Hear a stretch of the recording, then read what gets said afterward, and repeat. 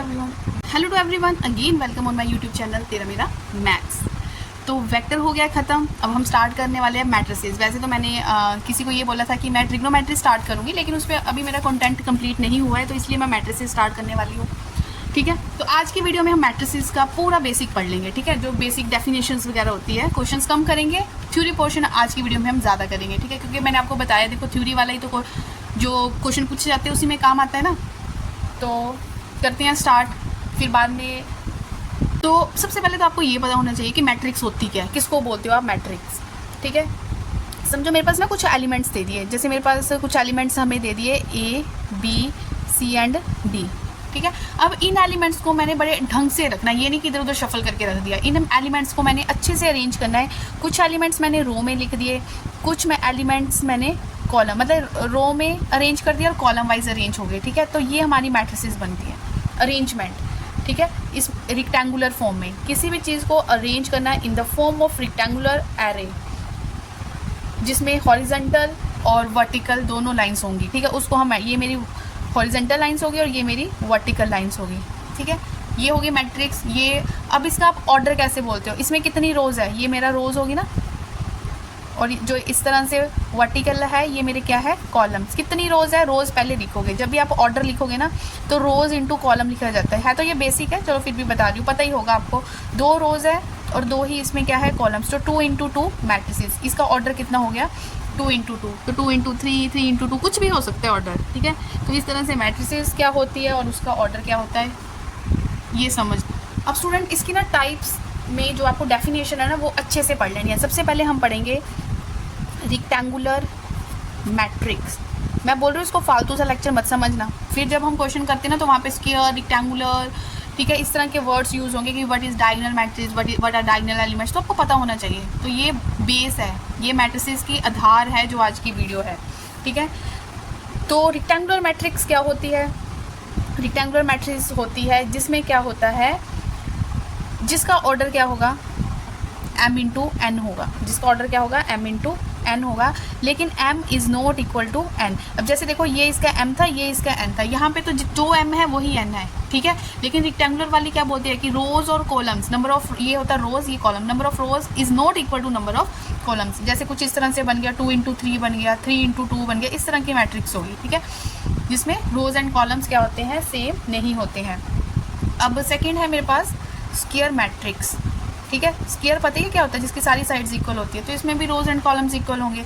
वो मैट्रिक्स जिसके जितनी नंबर, अगर उसकी 2 रोज़ है ना तो उसमें क्या होंगे, 2 ही कॉलम्स होंगे। तो सेकंड हो गया स्क्वायर मैट्रिक्स। ज़्यादा मैंने बोला इजी कार्ड करके नहीं हमने पढ़ना, हमने जस्ट बेसिक समझना है कि रिक्टेंगुलर मैट्रिक्स किसको बोलते हैं, स्क्वायर मैट्रिक्स किसको बोलते हैं। ठीक है स्टूडेंट्स, तो जितने भी स्टूडेंट्स ने टीजीटी के लिए अप्लाई कर रखा है, जो अभी एचपी का निकला हुआ है, और आप मैथ सेक्शन की अच्छे से तैयारी करना चाहते हो तो आप सही चैनल पे रुके हो।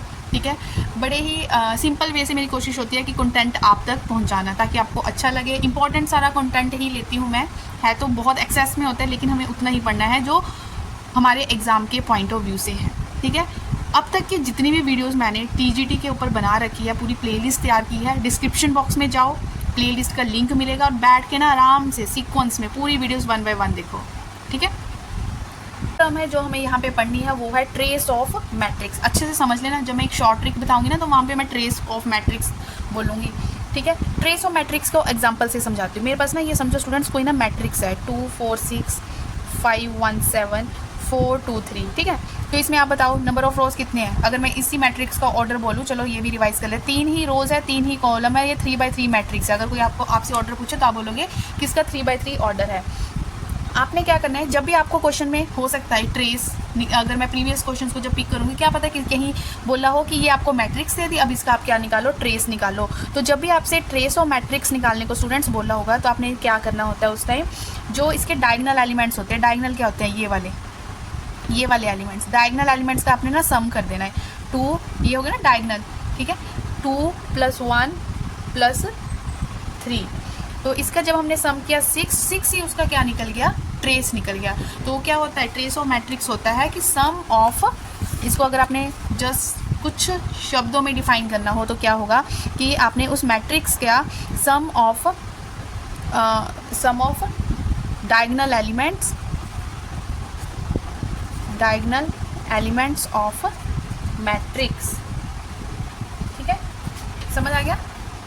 अच्छे से पढ़ना ट्रेस ऑफ मैट्रिक्स, अच्छे से नोट बनाने शुरू कर दो, ठीक है, क्योंकि नोट्स को आप फिर अच्छे से रिवाइज कर पाओगे। अगर सुनोगे तो क्या पता कुछ टर्म्स आपको बीच में भूल जाए। तो जल्दी से अगली छोटी सी डेफिनेशन है row matrix. Row matrix student हम किसको बोलते हैं?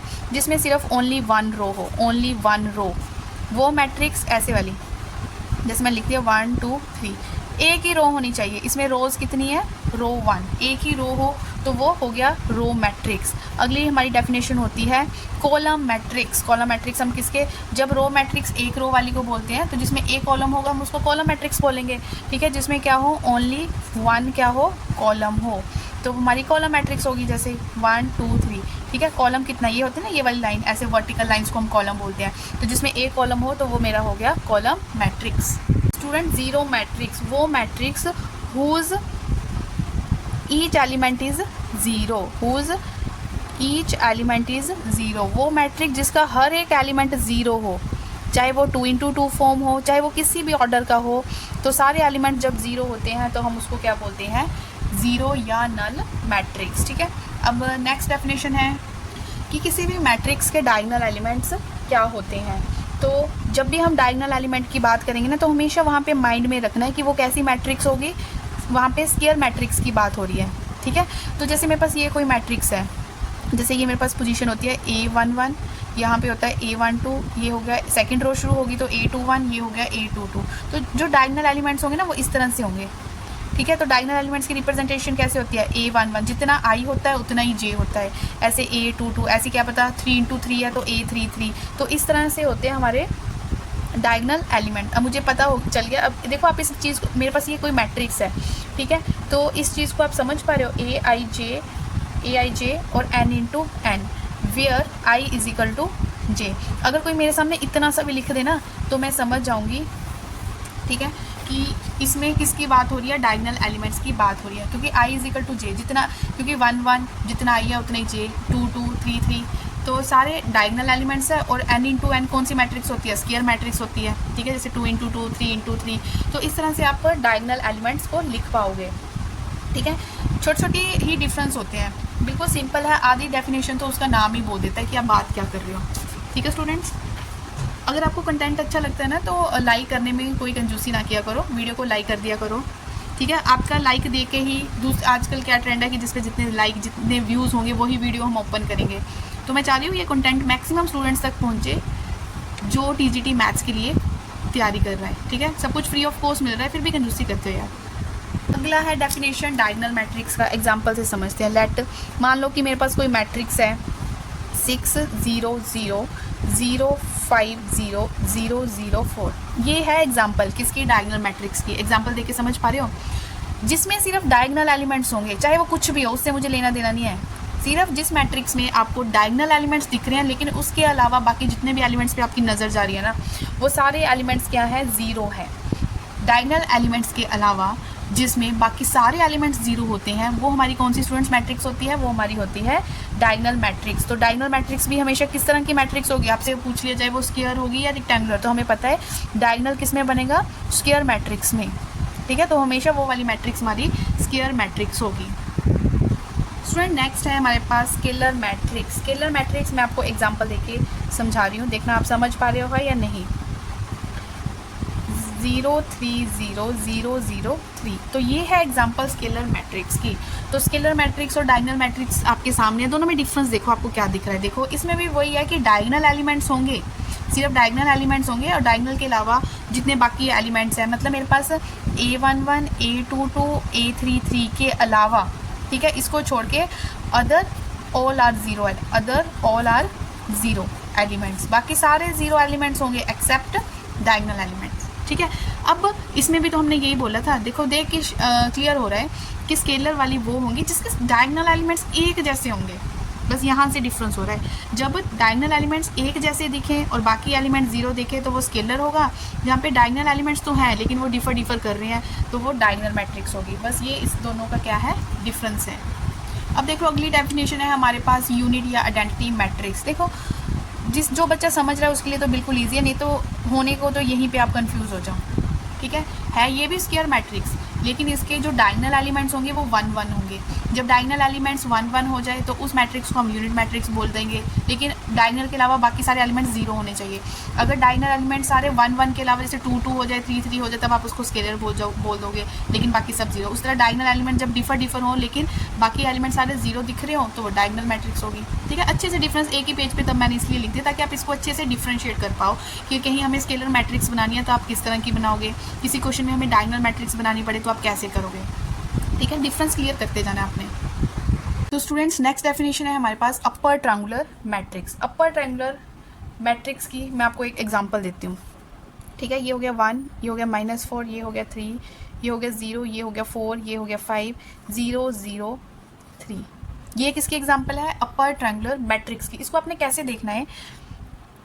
कहते अपर ट्रायंगुलर मैट्रिक्स वो होती है जब Aij इज इक्वल टू 0 होगा for all i is greater than j। जहाँ पे डायगनल, ये आगे डायगनल एलिमेंट्स, ठीक है, डायगनल एलिमेंट्स के जब ऊपर वाले एलिमेंट्स नॉन ज़ीरो होंगे और नीचे वाले डायगनल के सारे नीचे वाले एलिमेंट्स क्या होंगे? 0 होंगे, तो उस टाइम जो हमारी ये मैट्रिक्स बनेगी उसको हम बोलेंगे अपर ट्रायंगुलर मैट्रिक्स। अपर ही बोलेंगे, अपर वाले एलिमेंट्स हैं, ठीक है, नीचे वाले 0 है। बस चेकिंग हमने कहाँ से करनी है? डायगनल एलिमेंट से। उसी तरह नेक्स्ट डेफिनेशन बन जाएगी हमारे पास lower triangular matrix. Lower triangular matrix तो समझो आई क्या होगा, है ना, जैसे अपर है वैसे ही लोअर। अब लोअर का देखो 2 0 0, मैं एग्जांपल से ही आपको क्लियर कर रही हूँ, 4 5 0 7 8 1। डायगनल एलिमेंट्स को इस मार्क कर लो, ये हो गए डायगनल। जब डायगनल से ऊपर वाले एलिमेंट्स 0 होंगे और डायगनल के नीचे वाले एलिमेंट्स नॉन 0 होंगे तो मेरे ये बनेगी लोअर ट्रायंगुलर मैट्रिक्स। अब देखो प्रॉपर मैट्रिक्स जो बन रही है नॉन 0 वाली वो ऊपर की तरफ बन रही है, नॉन 0 एलिमेंट्स वाली तो वो अपर होगी। जब प्रॉपर मैट्रिक्स नीचे की तरफ बनेगी नॉन 0 वाली तो वो लोअर ट्रायंगुलर मैट्रिक्स होगी। अगला है हमारा इक्वल मैट्रिक्स। 13 नंबर पे हम पढ़ेंगे इक्वल मैट्रिक्स। दो मैट्रिक्स को आप इक्वल मैट्रिक्स कब बोलोगे स्टूडेंट्स? मतलब दो मैट्रिक्स है, एक ए है और बी है। अब इसके बीच में इक्वल कब आएगा? जब उनका order and its and their corresponding entries are equal. तो उस केस में जो हमारी मैट्रिक्स बनेगी वो हमारी होगी इक्वल मैट्रिक्स। तो ये सारी डेफिनेशन जो मैट्रिक्स के रिगार्डिंग है वो कंप्लीट हो चुकी है। अब इसके बेस पे मैं कुछ क्वेश्चंस लिखती हूँ जो आप खुद ट्राई कर लेना। ये जस्ट 2 क्वेश्चंस आप टिक कर लेना, ठीक है, बिल्कुल सिंपल है, जो अब तक हमने डेफिनेशन किया उसी के बेस्ड है। तो ये हो गया हमारा आज इंट्रोडक्टरी पोर्शन ऑफ मैट्रिसेस। अब नेक्स्ट वीडियो में मिलते हैं। अब देखते हैं किसके कितने पार्ट्स बनते हैं और कितने students starting to end video में बने रहते हैं, अपने प्रॉपर नोट्स बना रहे हैं। तो स्टूडेंट्स अगर वीडियो अच्छा लग रहा है तो हिट द लाइक बटन। बिल्कुल नए हो चैनल पे तो जल्दी से चैनल को कर ले सब्सक्राइब। तो मिलते हैं नेक्स्ट वीडियो में। Till then take care.